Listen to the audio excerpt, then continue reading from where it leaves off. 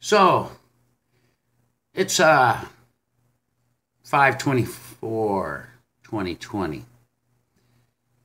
I'm going to give you a little heads up on something that a lot of people don't even know this. How this country even got started. And we think it's by some revolution and a 3% raise in taxes. And there's some truth to that.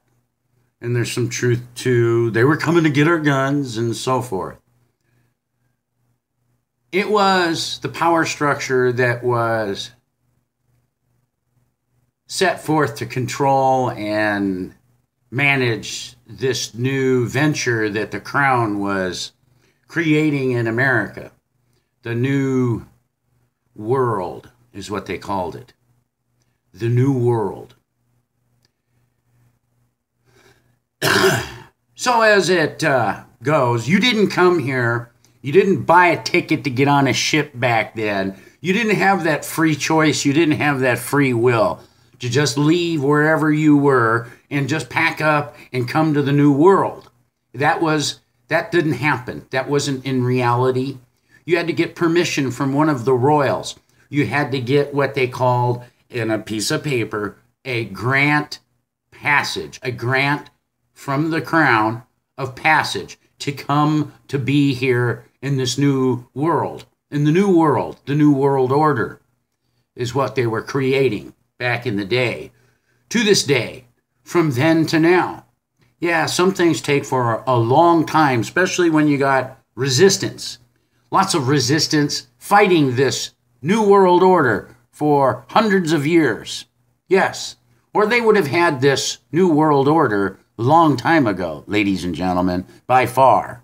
But they haven't been able to have the technology back then to control the minds, to dictate the minds, to program the minds on a grand scale like they do now. And here we are. So time went on, and we ended up becoming the welfare hand of the crown in America under the royals in Britain.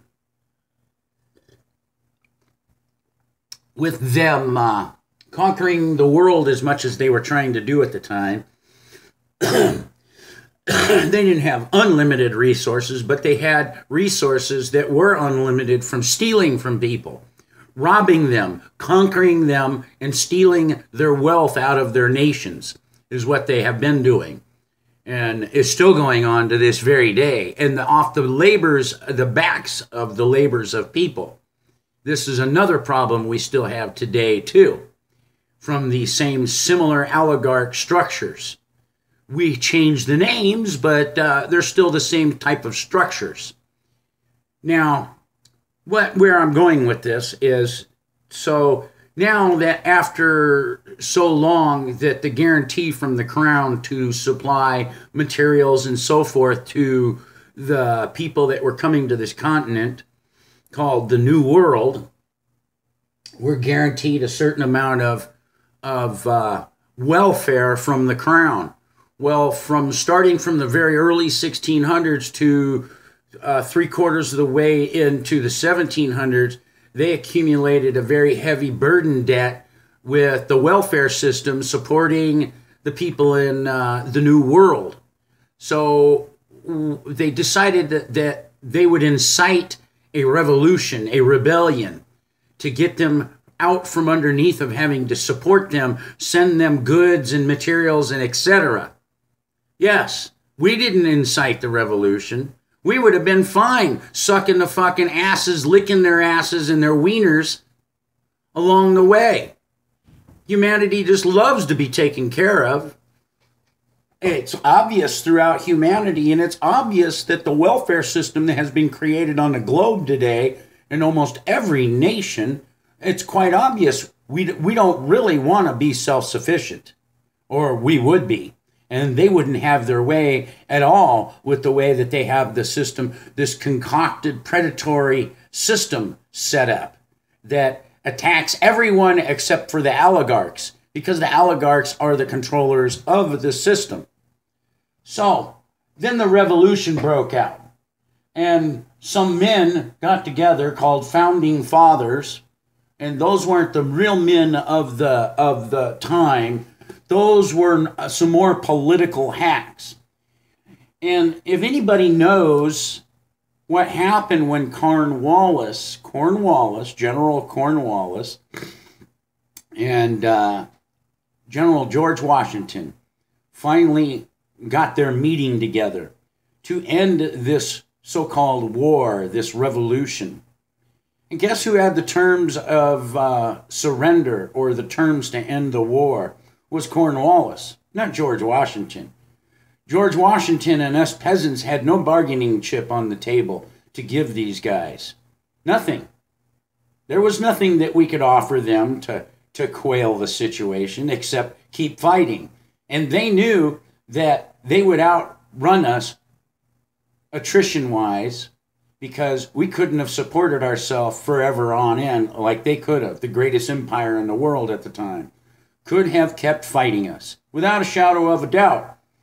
So we really didn't win a fucking battle. We didn't win a war. We didn't win shit, if you really get down to it, ladies and gentlemen. And what I'm going to tell you is the truth. Now, when General Cornwallis gave those terms, guess what those terms were? That they would let us control and run our country, but by way of they're going to control the money, control the wealth of the nation, which means they actually control the country.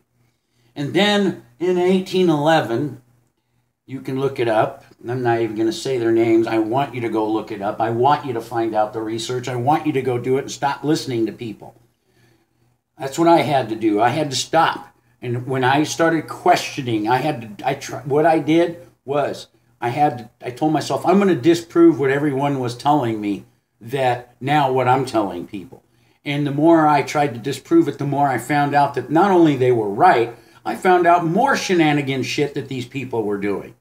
So, when that day that they came together, Cornwallis presented that to them, and they had no more, the fight couldn't go on anymore, believe me. We were already running out of resources. We were already borrowing money up the hilt from other entities that were beholden to the crown too. Yeah. So now, what that was, in 1811, what I was going to say, one of our politicians, a great, well-revered man with a great name, and also throughout history, he left us with some great quotes. And he was at the presidency at the time, decided that he wasn't going to renew the 20-year charter for the Bank of America. How about that? In Citibank. Citibank is another long robbery institution that's been in this country, stealing the wealth from the people. Same with Bank of America. I don't know why anybody would bank with that criminal organization, nor any national bank. They're all criminals. They're all owned by Serco out of England. Most of these are all owned out of England, ladies and gentlemen. So the charter wasn't renewed, and we know what happened in 1812. And in 1812, when they came over here, they burned down Washington. Washington, when they burned that down, they actually burned down the original documents. The original documents. And did you know that the 13th Amendment has never been ratified to what it is today? The original 13th Amendment, if you look it up, nobody by a dynasty, family dynasties, surnames like doctors, attorneys, lawyers, could ever sit in the seat of office. None of them. Had to be the average common person, because that is what we call we the people, running we the people, we the land, we everything. But it still was set with a standard that democracy, which means mob rule, would never take control and root in this country. You don't have the right to vote somebody's rights away, nor does a politician. That's why we set those, and they were set with the thing called, these cannot be infringed under no terms, no circumstances, no agreements, no negotiations. Those were set, calling them inherent at birth, meaning that they came with you in your pocket when you were born. And they're yours forever until you die, and no one can change those. And good for good reason. As we can see today, that they're trying to hack these things to death, and let alone they don't follow the Constitution, because the Constitution was an inhibitor, a restriction for the government, not the people. It's what they can't do. It's not what they can do, it's what they can't do. All right? And it tells in there everything we can do to them when they fuck up and do what they're doing right now. And we're not following the prescribed instructions in those documents. And guess what? Those documents, anything that's on a piece of paper, it's called ink and paper. It's a belief factor. So if you ask yourself, well, don't we have a Constitution? Yeah, we have a Constitution. But you're the teeth of it. So if you just sit around going, well, they can't do this, they can't do that, but while they're doing it, you're not stopping them. And so that's the teeth in it. The Constitution, that piece of paper, can't stop nobody. You are the Constitution. You make that thing real. And when they violate it, you have the right. Society has the right to gather up at that point once they violated their oath. That's called violating. There's no due justice, okay? I know that sounds foreign to you because you've been brainwashed all your life. Hey, we got to go to court. No, when they violate your rights, that means they're attacking you. That is an assault. And you have every right to defend yourself and hurt these bastards. That's what it says in the Constitution, doesn't it? To go after them, violently go after them, because they will defend themselves, and their little fucking cronies that wear badges and uniforms will protect them, because that's what they're paid to do. And they will follow orders because they're that fucking stupid. When they should be the ones actually arresting these fucking people to do justice. But if the people have to do it, well, you're going to have to do it violently. That's what it prescribes in the Constitution. Because those men of means back then knew when they wrote that they were going to have thugs to protect themselves. So the only way you're going to get them is get them by violence. That's why they had the treason word. When you violate your oath, you committed treason, which is punishable by death. There's no negotiating. There's no debating about it. That's the reality right there. So, now that you have some reality of what's going on, it's still up to you. Your mission is you're going to get together and actually do something about it, or you're going to continue to be cowards society to these oligarchs, these men with women's hands that's never worked a hard day in their fucking life. Look at our president. Look at his hands. I bet you he has manicured nails. Yes, he does. And I bet you he has clear fucking polish on them. Yeah, I bet you he even gets his fucking toenails done. And you're listening to a guy like that.